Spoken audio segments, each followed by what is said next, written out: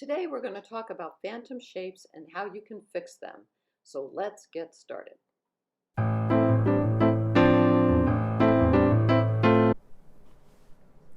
Joe MacKenzie here. I want to talk today about phantom shapes, and I'm going to show a painting that I did yesterday. And if you go to my YouTube channel, you'll see that I did probably the longest video I've ever done. Usually I speed my videos up a lot because I personally don't like I like watching people paint, but I like to see it done fast. Same thing with cake decorating. So I did a painting, and I only went twice as fast as I usually go, and I posted that. And then I didn't put that on Facebook or anything because, you know, it didn't feel appropriate. But today's is a short thing, and today what I want to talk again about is phantom shapes, because what happens, and it probably happens to you too, is you do a painting and you think you're done. You're convinced you're done, and then you go away and you come back and you see there's some finishing touches to do. That happens fairly frequently. What I like to do is I like to put the painting that I did that day, and I'll put it in my bedroom, so it's the first thing that I see the next morning when I wake up. So this morning I woke up and I saw the painting and I saw two phantom shapes. Suddenly I saw two distinct circles that I hadn't seen up till then. Now part of that is because it's just like the book Blink by Malcolm Gladwell. If you don't see something and then you suddenly come upon it, you sort of get a really quick read about whether something is correct or not. But the other reason with watercolor especially is that it will shift color. You know, when you first put color down in watercolor, it's all vibrant and you think, oh, this is terrific. You know, you come back a half an hour later, especially with reds, and they're fugitive. You know, it definitely dulls down. So, and by overnight though, the color definitely is what the color's going to be. So I took a look at it and I thought, oh no, it's not that there's anything wrong with it. But for me, I saw two distinct circles and I just couldn't live with it. So I'm going to show you what I did about that. And then, and then I just want to say one more thing before I show my correction, which is people have written, and they often ask when they come for lessons, how do you know when a painting is done? And I would say there are several times when you know a painting is done. You know, the first time when you actually think it's done. Well, the first time is when you're actually painting and you start to realize that you're fiddling around. You're not actually addressing a problem anymore. You're just kind of almost like stalling. You have to catch yourself before that happens.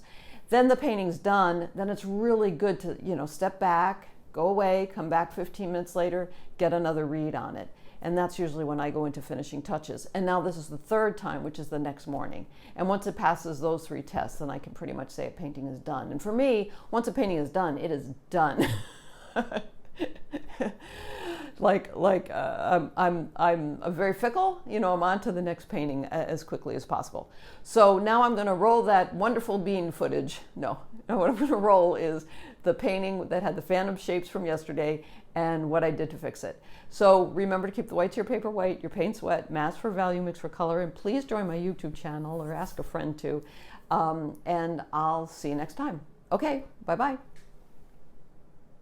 So what I see here is two circles where the right just left to the middle of that peony. There it is, right in that area. I woke up and that white is just too white.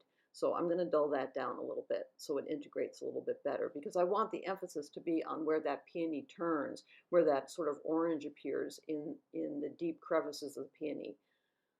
So let's see what happens. Well, I brought one of the circles back. I think I get rid of that later. This is probably about twice as fast as I usually work. And overnight, I still felt like the background was a little bit duller than I wanted it to be. And so I'm going to, not duller, that's the wrong word, darker. I mean, it was too bright, so I'm darkening it down a little bit. One of the things that will work is if you put dark around a lighter form, the lighter form will appear more full. Definitely has more volume that way. And that's what I'm going for. I'm going for volume here. Yeah. And also what I was doing, and you can look at this, I did this, a long video of this yesterday with this peony, where I use complementary colors and triads in order to make this peony. It is a white peony, but I didn't make it look exactly like the photograph, because if I had, I would have been matched matching grays. And maybe you've seen some artists that create peonies and you wonder, well, why did they make it gray? And the reason is because you're matching a photograph. Your eye probably doesn't see gray, or if it does, this is another option, which is to plug color into value. And so that's what I'm doing here, and just emphasizing that middle part a little bit. Now now I'm squinting and looking, and I still see those two round shapes. Oh, I should explain what's happening here. What's happening here is anything that's in the light, I'm going to leave as a bright white. But those petals that are down below and not in the cast light, I can't leave them white because in reality they would not be white. The same theory applies if you have a white ball and it's in the shade and a white ball that's in the sun. The white ball in the sun will appear as white as the piece of paper, but the white ball in the shade, you have to adjust for that because even though the local color is white, the actual color of the ball in the shade needs to be shifted a little bit in order for it to read accurately. So now I think I've gotten rid of that phantom shape that I was not happy with. And let's see, so there's the final version. Instead of I can live with that one circle because it's more of a petal shape for me. So that is how I solved the phantom shape here. Take a look at your paintings. You might see some of them. And if you do, you always have the choice of adjusting. All right, bye-bye.